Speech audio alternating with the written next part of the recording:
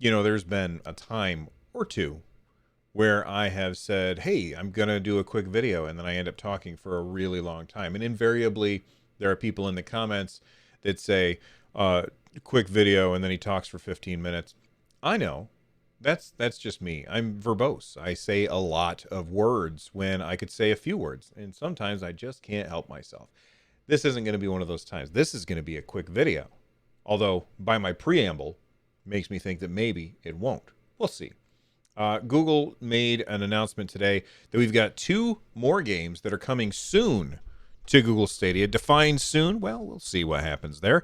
We've got Blue Fire and Trine 4. Now, I would like to start with Trine 4. Trine, the first time the first game in the series, and I believe that's the only one that I played. Which I don't understand why I only played one of them, because the first one was fantastic. It's this really cool side-scrolling puzzle game. You play as three different characters, and you can hit a button to switch between the characters at will, and those characters each have different abilities. So you've got like this knight who's got a big shield and a big fat round belly, and he's covered in armor, and he can like push things and slam into things, and of course attack with his sword. Then you have the archer woman and archess. I don't know what that would be called. Anyway, it's a woman with a bow and arrow, and she can shoot that bow and arrow to hit enemies from afar. But she also has like the ability to grapple, grab something and like swing. And then you have the wizard, who when I played it, you could like, I believe it was on the Wii U that I played it. You could draw like little things on the gamepad, and it would create that object in the world, and then you could like walk on it. So it would like make these little boxes and stuff. And each room that you go into would basically be a little puzzle that you had to solve, but you had the freedom to decide how you were going to solve it. Maybe you really liked using the wizard stuff to solve the puzzle. Maybe you prefer to use the brute force of the the knight, or maybe you wanted the finesse of the archer. However it is that you wanted to go about solving the puzzle was up to you, and pretty much you could do whatever you wanted. But if you ran into a stumbling block where you couldn't solve it with your preferred character, you could simply hit a button and switch to one of the other characters. Now, if that character got killed, they would slowly come back, and as long as you had the other two as long as you had a character still alive, you could continue. If all three ended up getting killed, maybe you like got killed by a skeleton or something like that, then you would fail that puzzle and you would have to go back to your last save. Trine 1 was amazing. It had really cool graphics, it had really fun puzzles, and it was a very unique game. And Trine 4 is coming to Google Stadia, and I, for one, am very excited about that. I don't know how important the story is of the other Trine games, but if you've never played a Trine game, you're definitely in for a treat when you get to play. If Trine 4 is anything like Trine 1, then you're definitely in for a treat. It's a really great game. The original is, and I cannot imagine that the new one is going to let us down. The developers have always done a great job with the Trine series. From what I've heard, again, I've only played the first one, I believe. Maybe the second one. It's possible that I played the second one.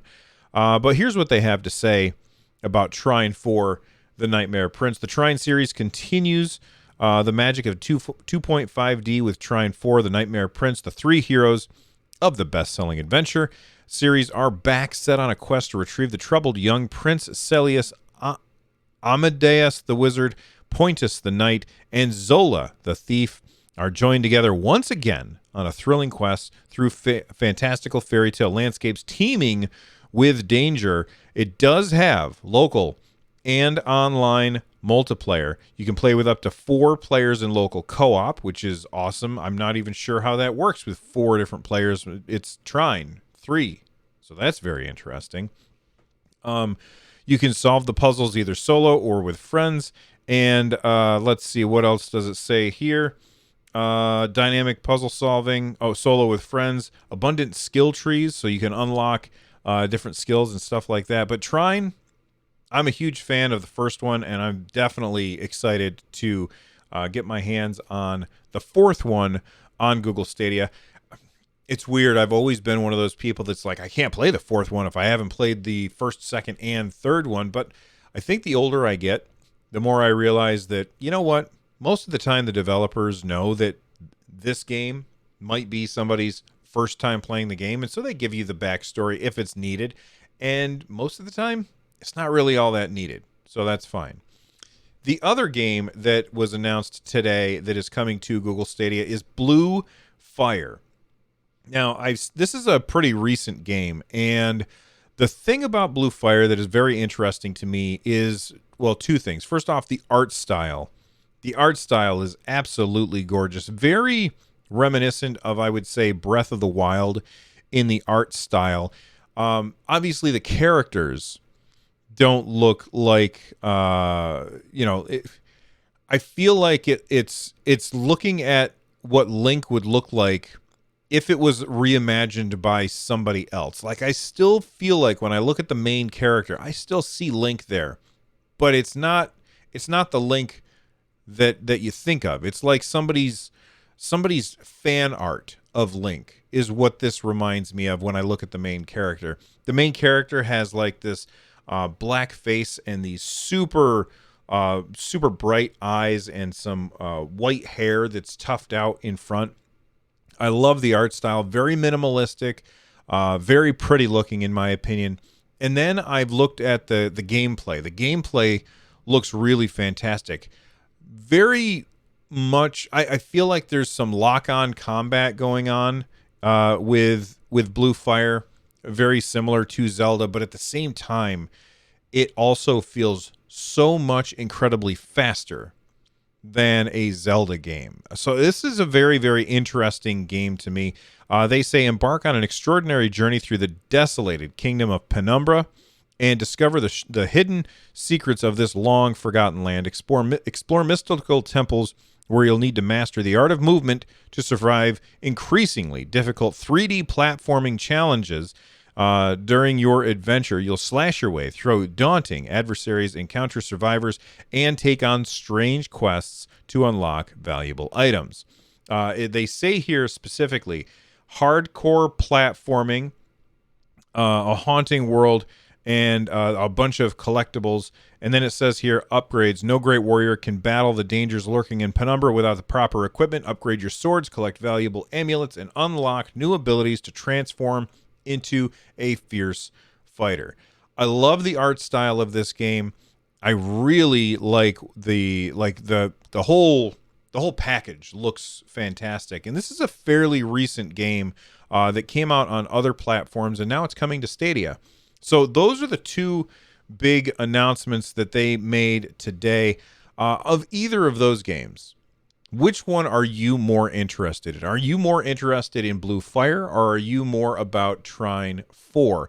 The one, I mean, for me, for solo play, obviously, I think that Blue Fire is probably going to be more interesting to me. But Trine 4, having 4-player couch co-op, or online if you want, that is very, very compelling. So especially because I feel like Trine 4 is the kind of game where you wouldn't really have, it wouldn't have to be split screen. But maybe I'm wrong. We'll find out when the game comes out. They say that they're coming soon. And then they also say more than 100 games are coming to Stadia this year, including FIFA in just 6 days. All right. So anyway, let me know which announcements you are most excited about, and I will talk to you next time. Thanks for watching. Bye-bye.